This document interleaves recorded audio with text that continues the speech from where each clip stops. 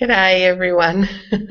It's just gone after midnight on the 1st of July 2014, which means it's a brand new financial year for me. And I wanted to make it a really financial year for you guys too. So a lot of people come to me and ask me about their work, all kinds of things from helping them with a resume or a job application, writing out their selection criteria, maybe some interview strategies, how best to approach an interview, what's the purpose of an interview, if they get an offer, how do they negotiate the best offer, right through to, is the work that I'm doing now right for me? Should I have a complete career change? Or can I do the things that I love and get paid to do them because I don't like what I'm doing now? So we're constantly helping people with their work at Chas Academy, even if it's unpaid work like parenting. We help people do that. We help organisations that are not-for-profits attract younger members. We do all kinds of things to help people in their work. So I wanted to talk a little bit about work at the start of this financial year to make it a really financial year for you. So the first thing I want you to know about work is the first thing that God wanted you to know about himself, and that is that he is God the worker. So right from Genesis 1, when he introduces himself, he tells us about his work. In fact, all of Genesis 1 is like a work diary. It's day after day of work, what he did, how he did it, when he did it, the sequence he did it in. And we know this because in Genesis 2, he mentions the word work 3 times in just 2 verses. So it says he completed, well, I'll read it. Thus the heavens and the earth were completed in all their vast array. By the 7th day, God had finished the work he had been doing. So on the 7th day, he rested from all his work. And God blessed the 7th day and made it holy, because on it he rested from all the work of creating that he had done. So 3 times there he emphasizes to us, repeats himself, that it's all about work, work, work. And I believe the reason that he does that is because he knows how crucial work is for us to have a successful life. And that's why it's the first thing on his agenda. So now that we know that Genesis 1 is a bit of a work diary, the question then arises, why? Why is that what God shows us about himself first? Well, I believe that one of the reasons is that the way that we look at work, because we do it every day, tends to be our own experience, because we have a vast amount of our own experience. So when we think about work, we don't necessarily go, work, what does God think about that? What does the Bible say about that? What are the supernatural possibilities about work? What is heaven's idea of work? What does work look like in a perfect world? We don't necessarily go to that place because we've already got all this whole data bank of information of our own experience that we tend to reference constantly, day in, day out, about what work means to us. But when I help people, I try and help them put aside all of that and say, okay, forget everything that you know about work from your own experience, and let's just explore what God might be thinking about your work. So on the first day, for example, when God goes to work, there's none of the normal things that we would associate with a first day of work. So there's no learning process, for example. There's no sweating. There's no stressing. There's no supervisor. It doesn't tell us what time he took his tea break. None of those things are covered in the first day of work. But what he does do is he speaks, and he doesn't speak about the situation as it was. We're told it wasn't that good when he turned up for work. We're told that it was dark, it was formless, and it was empty. So it had no structure, it was void, and it was dark. No light, no enlightenment. So things weren't that good, but he doesn't mention any of those. His conversation is not about how things are. It's a declaration of how things he wants to be. It's creative. things that weren't there before, he creates. That's his first item of work. And so that's why I get people to forget about what's there, forget about what they've done before, and let's think about, what do you want? What can we create? What's your ideal? So if you don't like dark, even if darkness is all you've ever known, don't worry about that. Let's think about creating some light. If you don't like things being void, if you have this void in your life where you feel like there's just this emptiness, it's like, is this all there is? Then don't worry about that. It doesn't have to be like that when you move forward, even though that might have been all you've ever known. We can create something that's filled, not void. And if there's no form, if there's no shape, there's no structure to what you've had in the past, we can create structures as we move forward. So the takeaway is that on God's first day, he didn't get defined by everything that had happened up until this point. His first day of work, his real work, was to create what he really wanted. And that's one area where I can usually help people, is to shift them out of what they've already got, what their experience is, and shift them into something what they really want. So even though resumes are traditionally done from the point of view of what experience you have, we can do a different kind of resume, for example. And I like redesigning resumes. I like restructuring resumes, taking the old form away and putting some new form in, because that's what God did on his first day of work. We also see that his day of work was pretty short, really. We don't know the time that it took, but the things that he did are quite simple. They're not, they don't seem like they're really, really hard.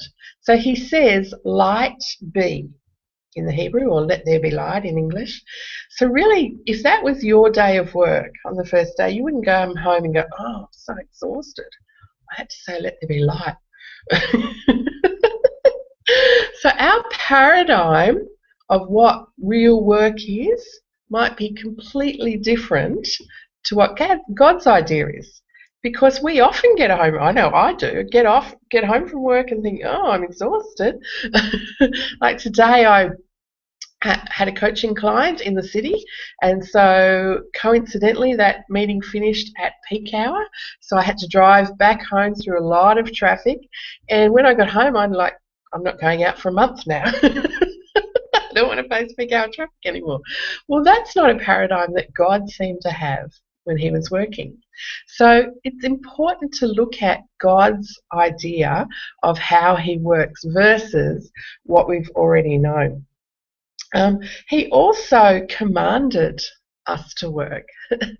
A lot of people know the 10 Commandments and they know, oh, thou shalt not commit adultery, thou shalt not murder. But one of the thou shalts was, thou shalt work 6 days, and on the 7th day rest. So working for 6 days is actually one of the major bedrock foundation commandments of the Christian life, is to work. And it is part of a successful life. It's part of any life.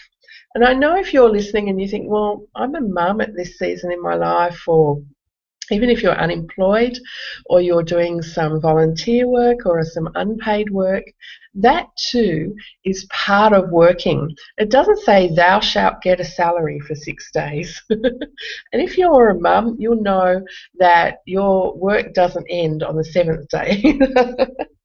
But you are doing work regardless. And so that's why we have some parenting resources at Shaz Academy to help you do that work and to find your most successful self in that work, to find what God thinks about parenting. He is a parent. God is Father God. When Jesus was on earth, he was always referring to the Father as Father. That parenting part of his identity is at the core of who he is. And so God, the worker that he introduces himself at in Genesis 1, very much tied to parenting and part of that as well. But he's also a shepherd, so if you're a pastor, that is part of doing it. If you're overseeing a connect group or any kind of leadership, then that is part of work. It may not be your paid work, but it is part of the work that you've been put on this planet to do. And whether you're getting paid or not doesn't determine whether you can be successful there or not. So we look at, what does the Bible say about work? We also look at people like Joseph and the work that he did. So even when he was in prison, when he had no control over his own body or time or where he could go, what he could do, or anything like that, completely restricted in every sense of the word, he still was working and he was helping other people. He was serving other people and helping them find their most successful self. Two of them were only released, really, because of the dream interpretation that Joseph did for them. He helped prepare them for that release. One very successfully, one not so successful, but still needed to be prepared for it. And the one that he really helped to successfully re-enter palace life, it was that person who later helped Joseph escape from prison, and in one day went from prison to the palace. So even if you're not being paid for the work that you're doing now, even if you feel restricted, your work that you're doing today can really be the ticket to your most successful self, even if it's not on a pay slip at the moment, because Joseph certainly made up for it when he got to the palace. We look at Jacob. His boss was horrible, kept changing his wages all the time, lied to him, tricked him, deceived him. His sons were really mean to him and he didn't have a great time at work. But what he did was really clever. He turned his current boss into the first client for his new business and created a profit sharing deal so he could get some of the profits from his new business as well as the wages that he was getting from his old work. So that's a completely different type of work as well. We also look at what are, in very practical terms, work is often about finding your purpose. At the core of it really is knowing yourself. Who are you? Who were you designed to be? What talents and gifts are created within you? What talent and gifts are there that you haven't yet explored or discovered? And how can you use those to make a difference in other people's lives, to be purposeful about your purpose? Because once you know who you are, when you know yourself, you can be yourself. And I believe that that's when you're most successful, because that's when it's most effortless. You don't have to put on anything to be yourself. So it's really sustainable, it's really easy, and it really helps other people when they know, you're authentically connecting with me, you're being genuine, you are who you are no matter what the circumstances are. So that's part of knowing your own purpose. But also we like to help people discover what is the purpose of different things in the job process. So, for example, what is the purpose of a resume? I have a lot of people come to me and they say, can you please look at my resume? Because they know that I get great results. And I'll go, okay, and I'll look at their resume. Within like a second, I can tell they don't know what the purpose of a resume is. And so if you don't know the purpose of something, you really won't be using it in the right way. You really won't be successful in the way that you use it. It's like little kids. You see them, give them a toy, and which costs a fortune usually, and it's in a box, and they throw the toy away and keep the box. They don't understand the value of the toy because they don't know what the purpose of the toy is, and they can use the box for all their own purposes. So it's the same with a resume. Sometimes when I see a resume, I feel like I want to throw it away because I can tell the person doesn't even know what a resume is for. So we take people through what's the purpose of a resume, and so how do you have to structure it to achieve that purpose. One of the things that God did on that first day of work when he said, let there be light, he separated light from darkness. That separation meant that both the light and the dark could fulfill their purpose. If he created light and all it did was add to the darkness, then you'd have just this massive grey. And the darkness wouldn't have been great. You wouldn't have been able to sleep properly if things were just grey, sort of light grey. And you wouldn't be able to see properly because the light was clouded by this darkness. So both things were impossible to do until this separation came, until a new structure came. And that's why God did it first on that first day. And he did it with most things that he created. He put some separation structures in. And so what we do is we put in a new structure usually of the resume. And also when it comes to an interview, a lot of people don't know what the purpose of an interview is either, or how to structure a good interview. Did you know that when the employer says to you, "Do you have any questions?" that is a great opportunity for you to say something, to declare something, as well as to ask a question. So you could say something like, well, one of my talents is in leadership. I love leading teams and people tell me that I'm great at it. So would there be any opportunity in this role to be a leader? Now, what you've done is, yes, you've asked a question when they've said, have you got any questions? But really what you've done is put a little ad in for yourself. You've highlighted one of the best aspects of you. Other candidates may not take that opportunity. Most of them won't if they don't know the purpose of an interview and they don't know how to correctly structure an interview. So you are way ahead of all of those candidates just because you know the purpose of an interview and you know the correct structure to be successful in an interview. So we go through the interview. We also go through the offer, because a lot of people, if they get offered a job, they just go, yes, thank you, see you Monday, and start dancing around the lounge room. They don't even know that that's an opportunity to negotiate a better offer. And so we teach people how to negotiate and get their most successful self in terms of financial rewards out of that offer. How do you structure those conversations to get the best outcome? So these are all areas that we can help people with, and I wanted to just start off the new financial year, making it most financial year that you're going to have by giving you a few work tips. I hope that it's helped.